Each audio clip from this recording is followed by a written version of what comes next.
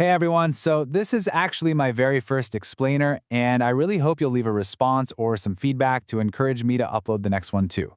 Today, we're diving into the incredible book Atomic Habits, and we'll focus mainly on how you can improve your habits and how much time it actually takes to rebuild yourself. We usually think personal transformation takes a lifetime, right? Like you need some huge, earth-shattering event to change. But what if I told you the secret to completely overhauling your life actually lies in actions taking less than 2 minutes? All right, let's just get right into it. Today we're exploring James Clear's absolute masterpiece, Atomic Habits. And what's so fascinating about Clear's approach is how he completely strips away all that guilt and hype we usually associate with self-improvement. Instead, he replaces it with pure, actionable mechanics. His main argument? Well, if you're struggling to change, the problem actually isn't you, it's your system. So let's break down exactly how that system works. Here is a quick look at our roadmap for today. First up, we'll look at the compound interest of habits. Then, rebuilding your identity. Third, the habit loop. Number 4, the 4 laws. And finally, the 2-minute rule. So, Section 1, the compound interest. Okay, we need to tackle a massive myth right out of the gate. It's this idea that huge success requires huge, exhausting action. But look at the raw math here. It's wild.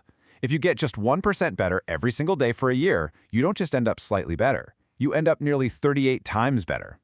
On the flip side, getting 1% worse every day drives you down to basically 0.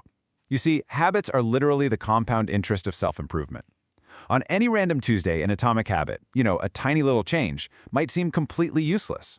But stretch that out over months or years, the accumulated impact is absolutely staggering.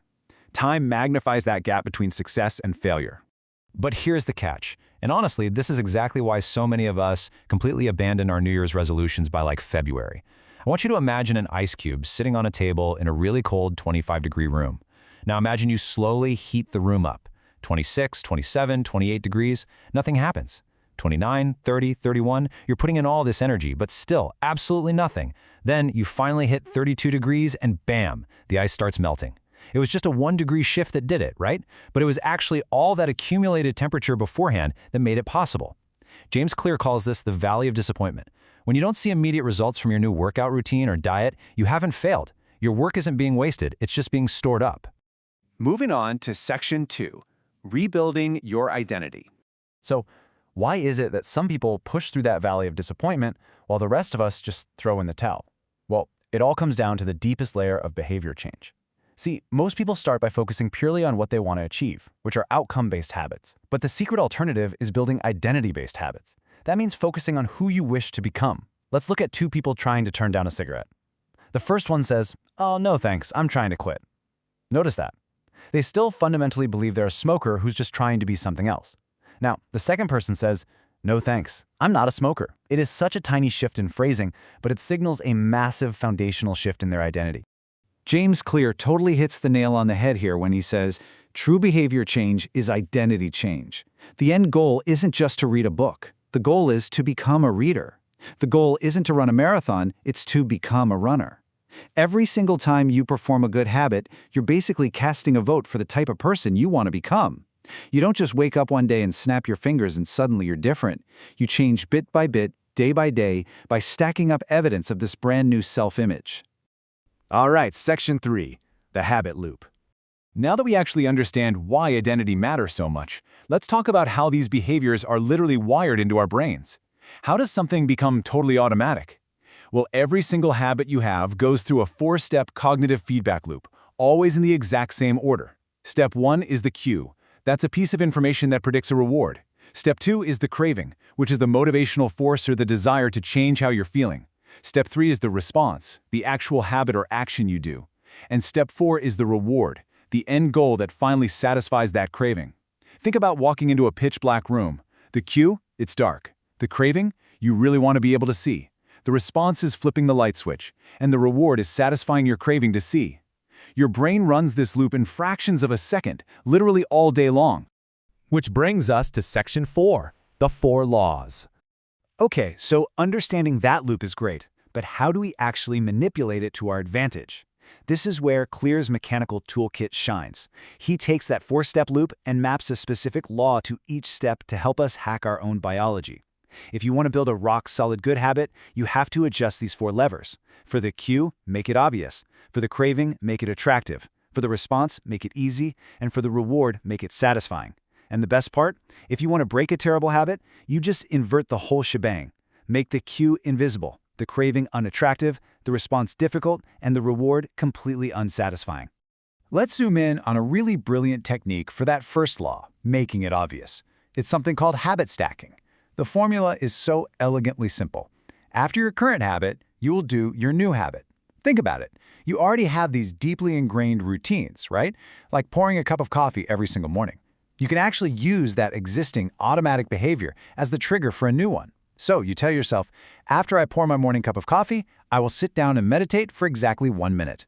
You are literally stacking your new desired identity right on top of your old routine, totally piggybacking on the natural momentum of your day.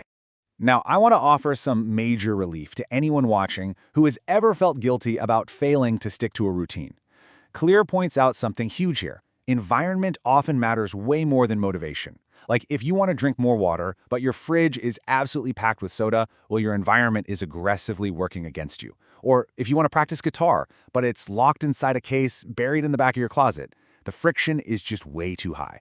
Success isn't about having some superhuman level of willpower. Not at all. It's about consciously designing an environment where doing the right thing is simply the path of least resistance. Make the cues for your good habits super obvious and just hide the cues for your bad ones. And finally, Section 5, the 2-minute rule. This finally brings us back to that burning question from the very beginning. Exactly how much time does it take to cement this new identity? Well, get ready, because we're about to bust a massive societal myth. I'm sure you've heard that it takes 21 days to form a habit, right? Everybody says that.